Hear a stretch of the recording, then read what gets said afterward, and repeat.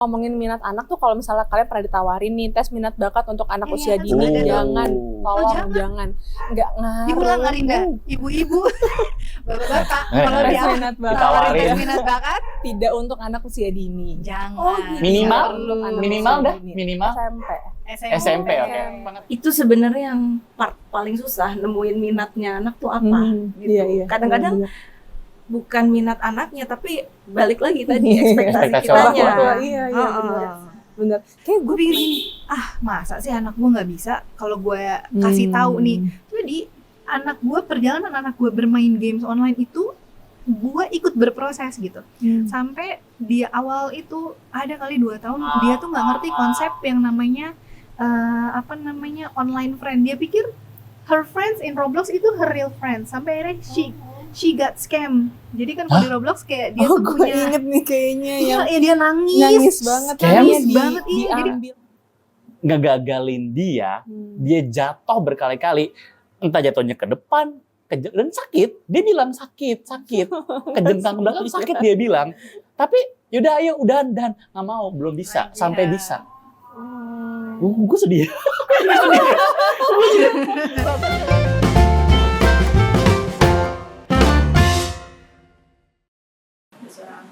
Episode terakhir dari Tutur Pikiran di season 2 spesial kali ini kita mau coba ngobrol berempat. Sebenarnya ada Vian juga di belakang tapi mic-nya kurang. Dan kebetulan bahasannya agak tidak relevan ya dengan beliau dan pasti nggak nyambung juga beliau. Jadi kita putuskan untuk ngobrol berempat kali ini yang idenya sendiri dicetuskan oleh Mbak Egy ya. Yes. Ya. Dan ngomongin soal ini kebetulan sepertinya kami berempat cocok lah untuk ngobrol-ngobrol. Kayaknya ya. Semoga ya. Jadi makanya di sini gue sama Rinda coba jadi passenger dulu ya, mencoba memahami apa yang mau dibicarakan sama ibu-ibu berdua ini gitu. Oke, silakan. Baik duluan kali ya. Gue ya. Awal akhirnya ketemu ide itu apa sih Bang? Kontak ya. Agak majuan, Bunda. Oh iya, oke. Nggak masuk suara Begini Bunda. ya. bahasa di ITC deh gue panggil bunda. Jadi sebenarnya awal-awal waktu itu kita lagi ngobrol ya. Gue juga lupa sih awal-awalnya tuh gimana ngobrolnya. Cuman pokoknya intinya sampailah pada satu topik bahwa sebenarnya yang namanya pendidikan tuh nggak melulu tentang buku, nggak melulu tentang akademis, nggak melulu tentang sesuatu yang ada nilainya, ada ratingnya, gitu, ada skornya gitu. Jadi sebenarnya sih pendidikan tuh ya tentang kehidupannya itu sendiri, gitu, tentang kehidupan kita sendiri, gitu kan. Nah, jadi ceritanya tuh kemarin gue kan anak gue nih baru kompetisi gimnastik. Jadi kalau umurnya 10 mau 11. Nah, jadi kalau di gimnastik tuh dia biasanya periode kompetisi suka deket-deketan tuh. Jadi kalau kita lagi mau kompetisi emang geber banget. Latihan tuh bener-bener digeber gitu. Nah, terus suatu hari gue duduk ya di situ, gue ngelihat dia latihan gitu, terus gue flashback nih gitu. Gue nganterin dia latihan mungkin kurang lebih udah 4 sampai 5 tahun gitu. Dari yang mulai latihannya seminggu sekali, jadi seminggu 2 kali, jadi seminggu 3 kali gitu. Dari yang kalau di gimnastik tuh ada papan, apa ya namanya kalau kita bilangnya beam, balance beam. Nah itu tuh papan yang panjang, papan titian gitu. Jadi dulu banget waktu dia umur 5 tahun, 6 tahun tuh dia jalan cuman seperempatnya papan. Sampai akhirnya setengahnya, 3/4 sampai full. Sampai full udah muter-muter balik gitu deh. Di atas papannya. Gitu. Terus dari yang kalau dia mau koprol, itu belajarnya ya nggak langsung koprol, belajarnya cuman kakinya ngekik ke belakang. Terus koprolnya setengah, koprolnya 3/4 sampai full gitu koprolnya. Jadi di situ gue bener-bener ngeliat kayak oh iya ya emang semua tuh harus berproses gitu loh.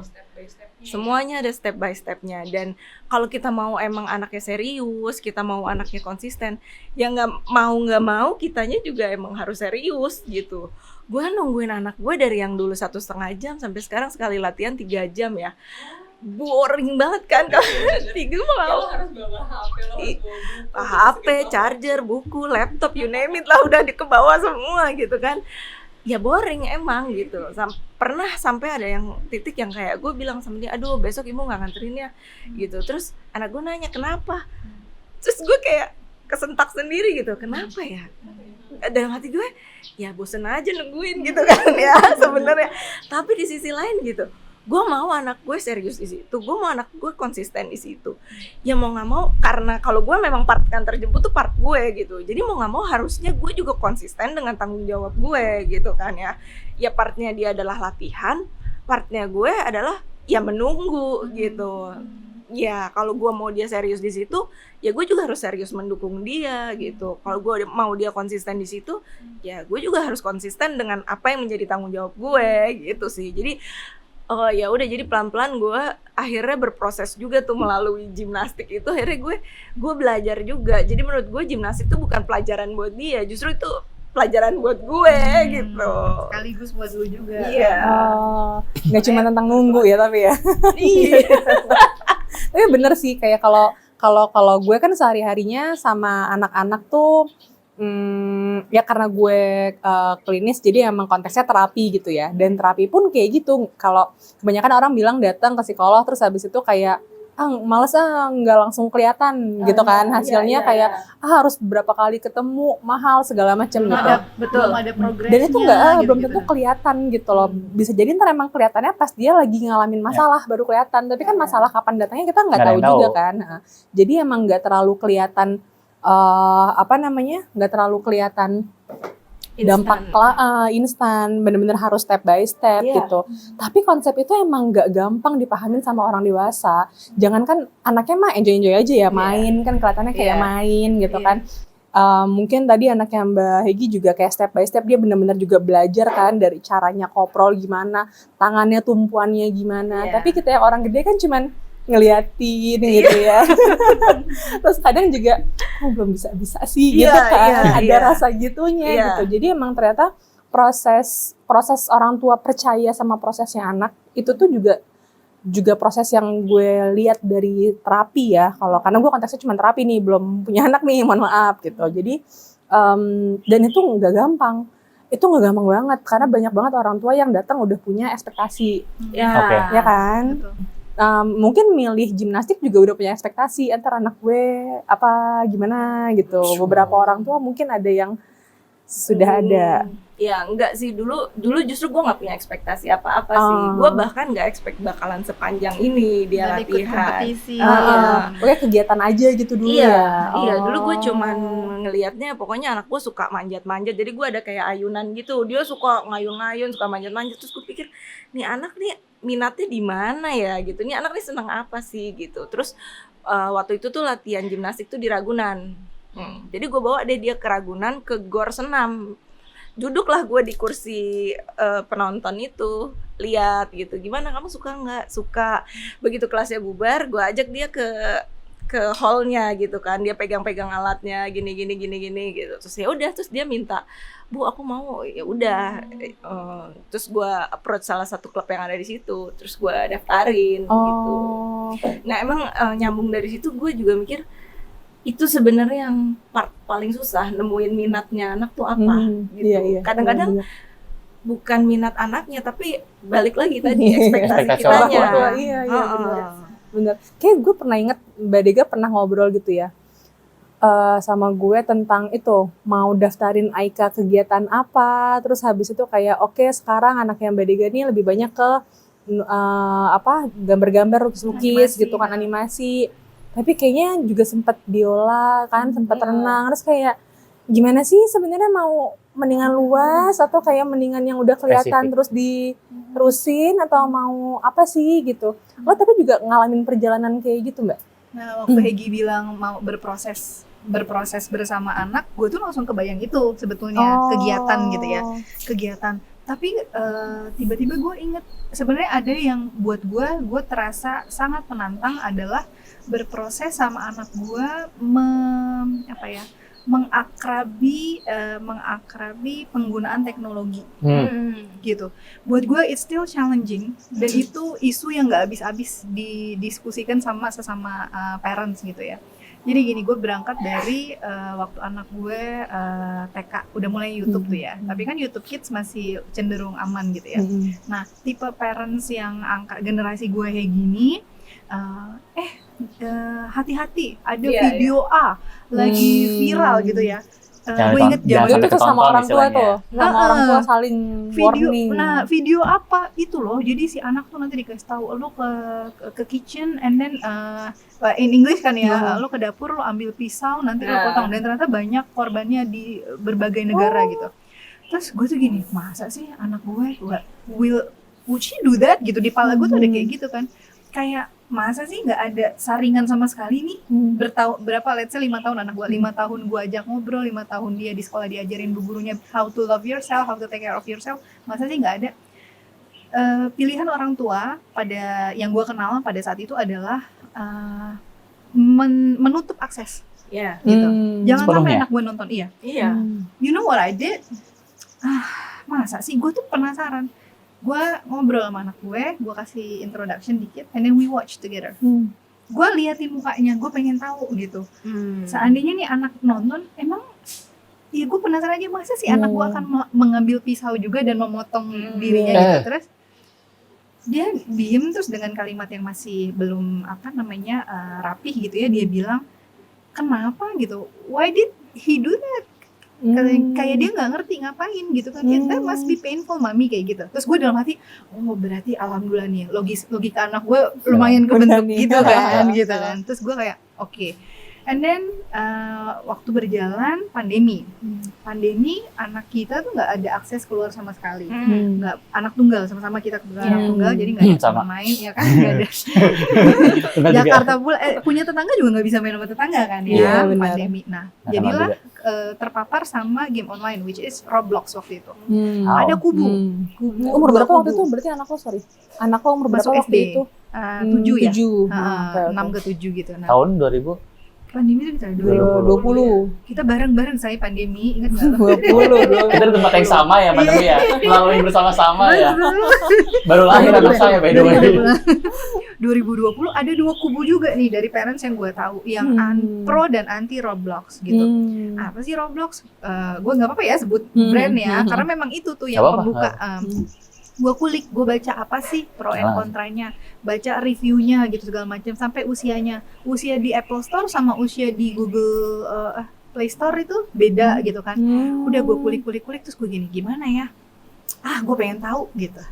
Gue pengen tahu, ya itu lagi tadi buat gue ini adalah berproses bersama anak gue gitu. Gue pengen tahu. Download nih kita bareng, gue yang bikinin email, gue yang bikinin ini username gitu.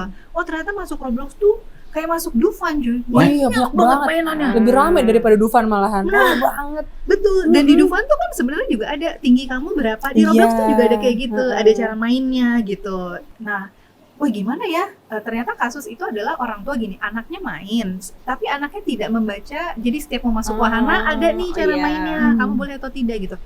Gue pikir gini, masa sih anak gue nggak bisa kalau gue kasih tahu nih. Jadi anak gue, perjalanan anak gue bermain games online itu gue ikut berproses gitu.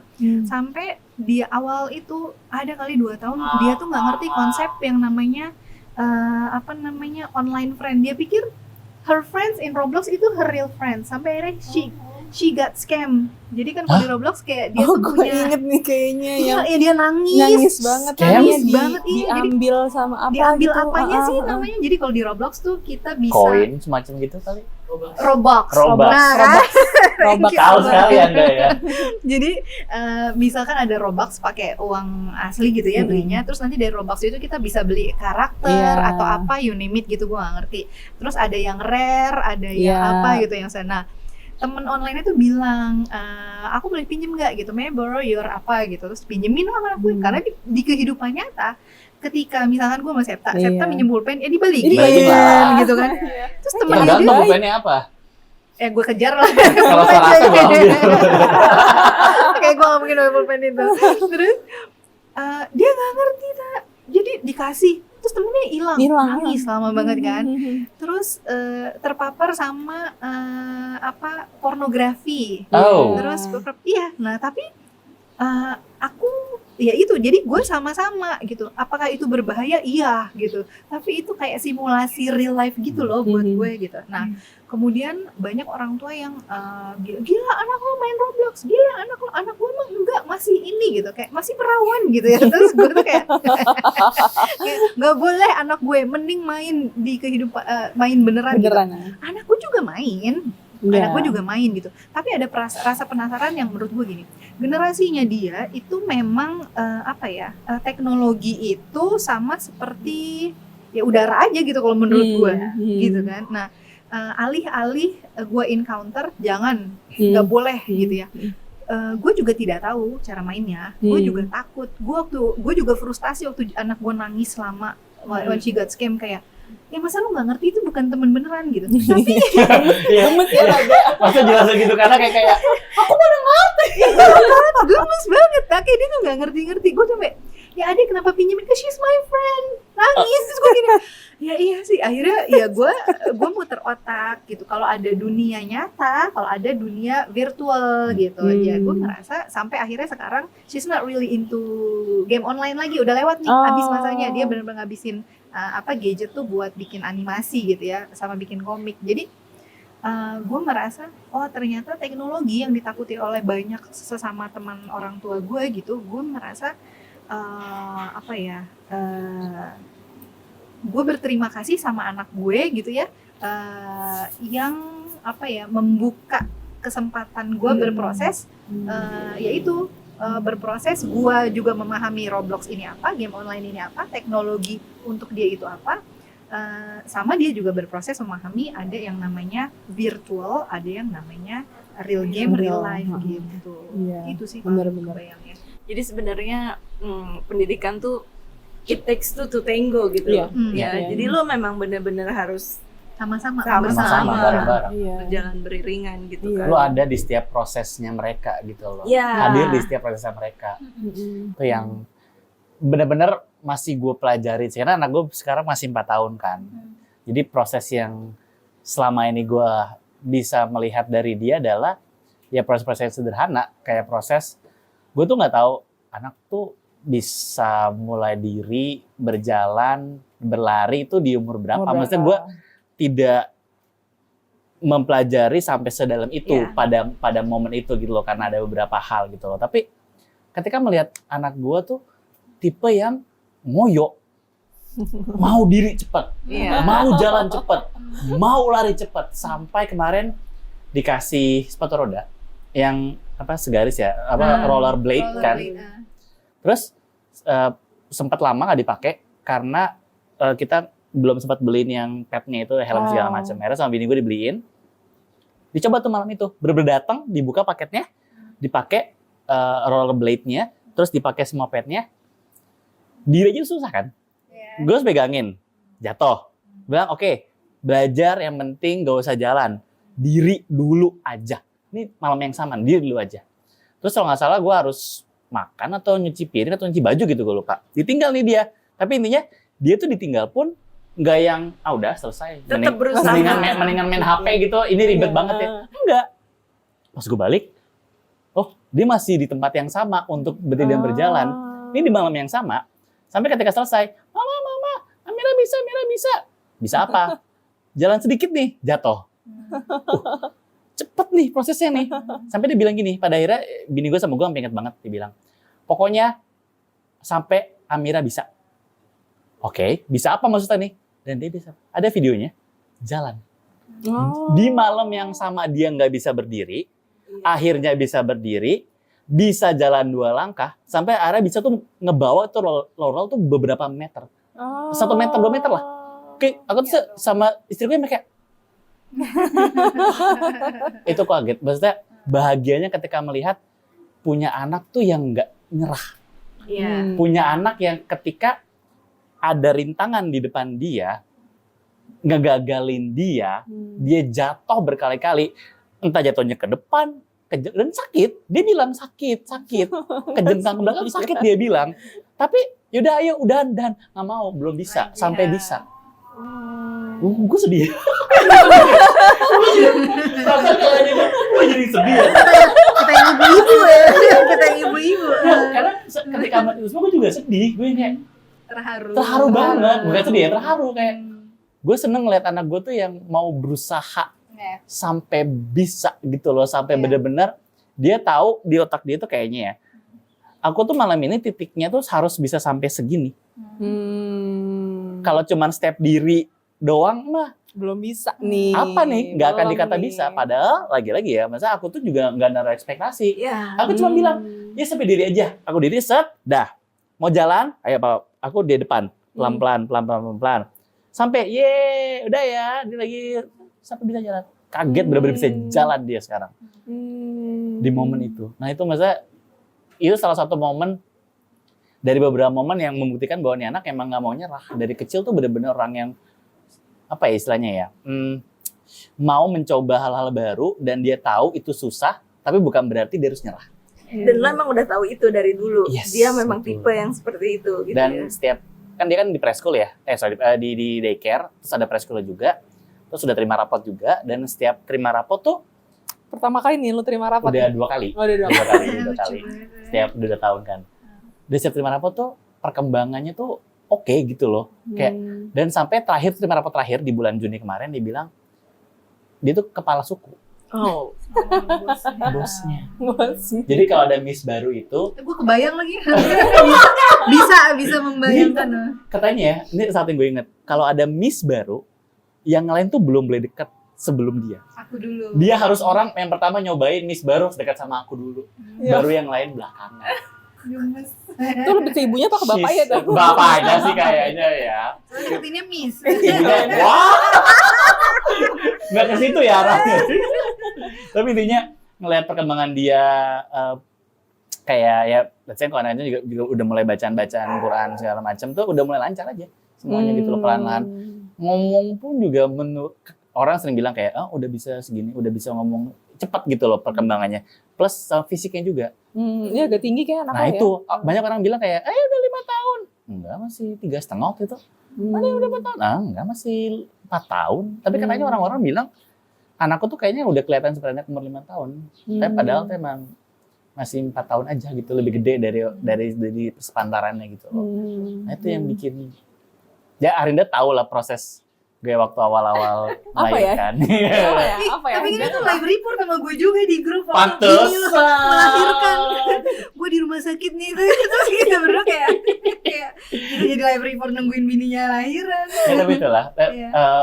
mendengar cerita kalian nggak sabar sih melihat bertumbuh berkembang bersama anakku Iya. di level-level tertentu gitu loh, mau ada bareng sama dia yang udah pasti aku nggak akan naruh ekspektasi dalam artian kamu mau jadi apa, coba aja dulu semua. Mau nyobain ini coba, mau nyobain Nah, ini iya. coba aja. nah itu juga yang gue penasaran. Itu harusnya gimana sih Nah. Ibu Arinda? Gua kan Oh. jadi karena Ujung-ujungnya akan muaranya ke sini ya. Harus gak didorong gitu. Maksud gue, apakah gimana cara nemuin minatnya si anak ini gitu? Apa emang harusnya ya udah kita kasih coba aja semua? Apa harus kita nunggu ngelihat dianya kemana baru kita dorong ke situ? Nah terus cara orang tua bisa peka terhadap Iya. itu gimana ya? Iya. Ada nggak sih? gue tuh selalu percaya kalau orang tua itu ketika kita jadi orang tua kan seluruh tubuh tuh berubah ya, benar-benar literally seluruh tubuh tuh even bagaimana cara otak kita bekerja itu berubah. Makanya kenapa ibu-ibu katanya bisa lebih kayak cenayang gitu, bisa ngerti anaknya lebih cepat, nangis oe sama oe tuh beda Iya, gitu iya. kan.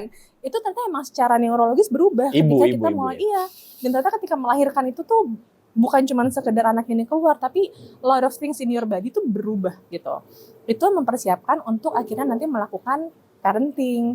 Jadi sebenarnya gimana caranya sih peka sama anak? Ya lo ada, lo lihat anak Ikutin lo ya. ikutin anak lo, lihat anak lo sebagai anak lo, bukan anak lain. Atau Betul. kayak misalnya nih, oke kita tahu umur berapa jalan, terus jadinya ngacunya ke situ terus. Iya. Terus jadi lupa kalau anak lo mungkin punya kebutuhan yang lain dulu gitu. Betul. Misalnya, oke tumbuh giginya lebih cepat daripada jalan.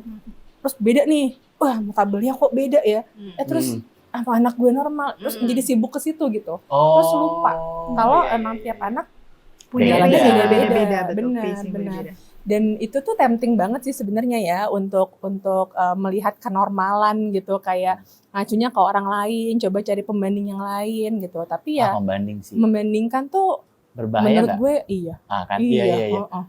Gue menghindari banget yang namanya Iya. membandingkan. Kayak Iya. misalkan gue punya keponakan.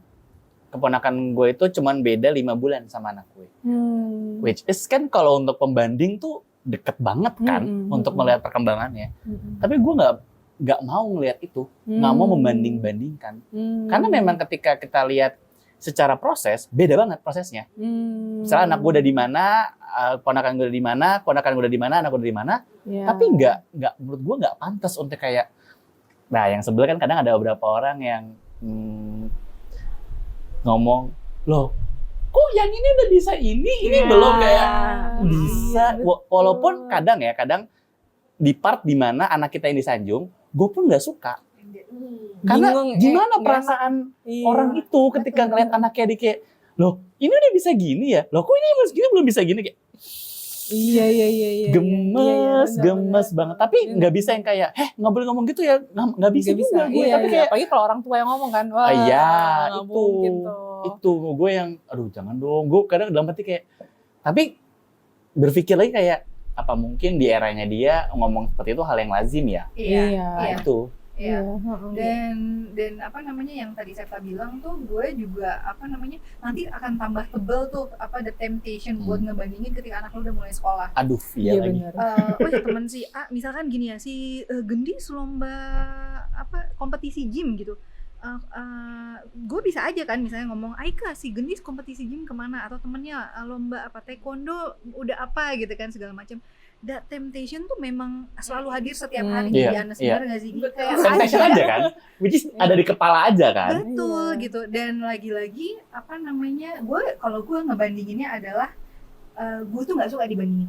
Oh iya, benar. Jadi ketika mau udah di ujung bibir nih, Set. gue mau ngomong gitu ya, Iya. gue tuh kayak, dan gue tuh nggak suka dibandingin gitu. Jadi ya gue apa namanya menahan gitu ya, menahan. Dan tadi apa namanya melihat mana sih minat gitu kan, dan kita harus ngedorong sampai mana sih melatih apa namanya konsistensi atau apa ya ketahanan gitu, eager to do something gitu ya. Anak gue tuh tipe yang ales tuh kayak slow aja gitu. Ales. Dunia ngebut. Oh, itu adik gue banget tuh. Gigi 5, gigi Slow 4. aja udah. Iya anak gue Itu adik gitu gue. kayak jadi gini, Nggak ada. si A B J gitu kan, dia tuh kayak Oke. good job. Wah, you know what, mommy, I'm so proud of her. Oh my Bestinya. Asli So good. anak. Asik. Oh oke, so good ya. I mean asik gitu Ada. buat anak kayak gitu Ada kayak. goodnya. Oke, good. Gak usah ngebandingin diri sama orang lain gitu loh. Nah. Dia sukses, yaudah deh yang sukses. Slow aja. Semua ya gue tuh kayak gini. Lah, lu nggak pengen deh gitu kan ya. Nah, Itu adik gue. gue tuh dapet anak kayak gitu. Nah terus akhirnya baru kemarin gue gak tau, tapi kan ini kayaknya nanti kalau udah tayang udah lewat ya masanya. Tiba-tiba dia baru naik kelas 5, baru 2 hari gue dikontak sama gurunya. Ibu, Aika itu terpilih dari sekolah lomba Scrabble se-Jakarta. Dia mewakilin sekolah Lomba Scrabble. Scrabble. Ada. Ada lomba Scrabble. Monopoli ada nggak sih? Scrabble. Terus gue gini, terus gue tuh dalam hati langsung gini, pasti dia nggak mau. Kan I know her ya, dia pasti nggak mau. Kan sekolah itu pasti akan nanya anaknya dulu Iya. ya. Terus, oh ya Bu, silakan ditanya anaknya. Sambil gue tuh kayak gini, nggak ada ekspektasi plus kecewa. Padahal belum apa. Karena gue tuh kayak gini, ya Allah ibu-ibu lain kalau upload story tuh lucu banget ya, nemenin anaknya lomba, Ini anaknya sosmed ngapain. nih. Nah, Ini sosmed bahaya nih. iya kan? Gue tuh nggak ngalamin hal itu, dan gue juga nggak mengarahkan juga gitu deh. Terus akhirnya iya Bu, sudah ditanya, katanya dia mau semangat. Gue bilang, adik kamu emang katanya mau ikut lomba Scrabble? Yoi. What happened? Gue bilang gitu, kenapa lu? Gitu. Tumben-tumbenan amat lo.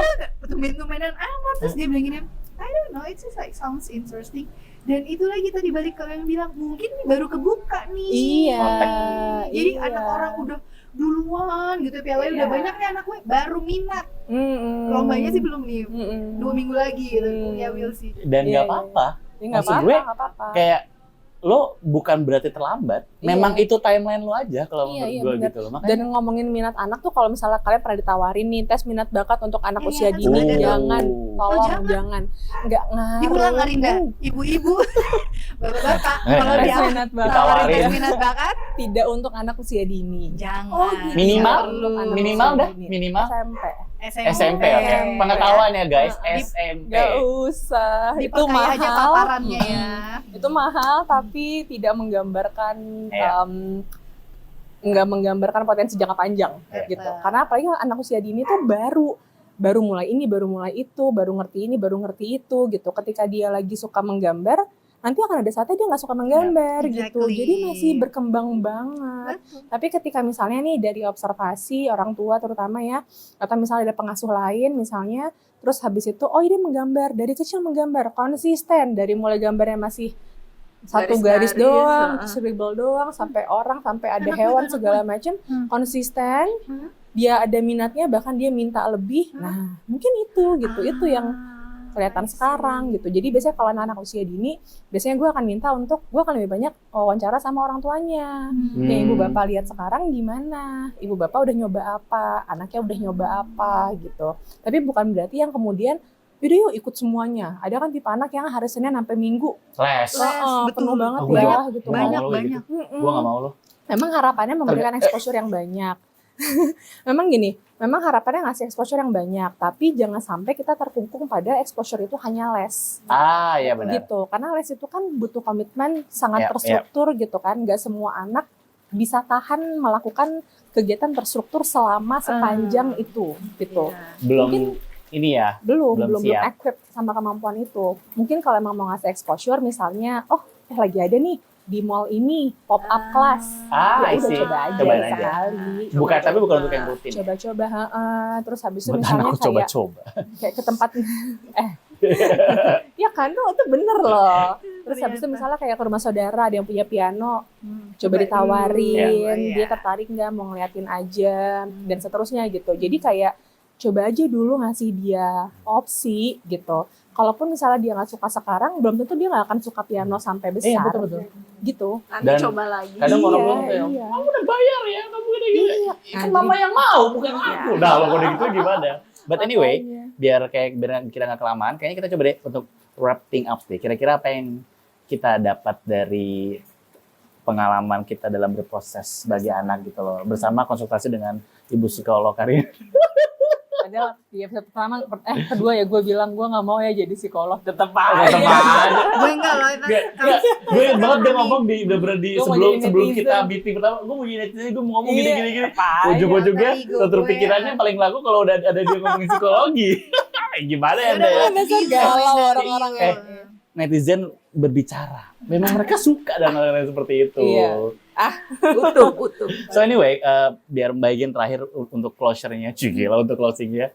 Ini kalau dariku sebenarnya apa yang kutangkap dari berproses pertama anak, mungkin hal yang udah kita bicarain tadi, bahwa kita memang perlu ada. Itu susah kalau dari gue sendiri, ada untuk anak itu menurut gue bukan hal yang gampang.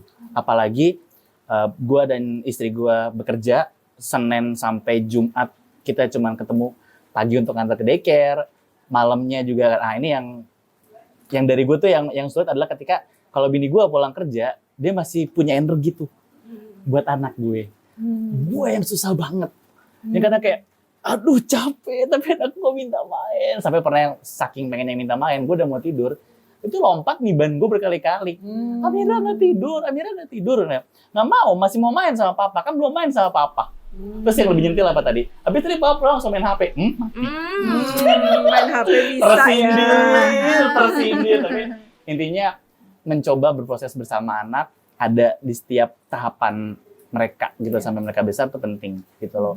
Supaya mereka ya, gue sih nangkapnya supaya nggak kehilangan sosok kita aja gitu loh. Karena biar apapun pilihannya dari mereka tetap butuh guidance dari orang tuanya gitu. Betul. Dan nambahin Septa, yaitu apa namanya, easy to say. Oh iya, easy to say but hard to do gitu. Percaya kalau setiap anak itu punya pace-nya masing-masing, punya kecepatannya masing-masing, punya minatnya masing-masing, ketahanannya masing-masing. Memang tugas kita ada gitu, menambah paparan, memperkaya paparan, mengajak berdiskusi, menemani gitu. Tapi ya lagi-lagi anak saya bukan anak beliau, anak dia bukan anak saya gitu. Jadi ya anak bukan objek untuk dibanding-bandingkan gitu.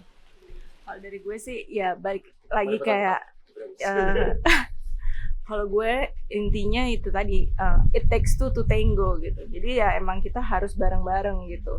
Sekarang kan banyak banget ya kalau di circle gue pengen anak-anaknya tuh masuk ke sekolah Islam yang hafalan Quran gitu.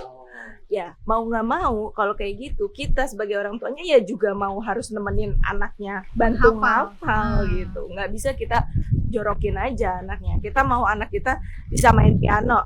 Ya oke lah kitanya nggak bisa main piano. At least kita nemenin dia waktu dia berlatih gitu. Jadi ya itu sih kalau dari gue selalu prosesnya tuh barengan because it takes two to tango.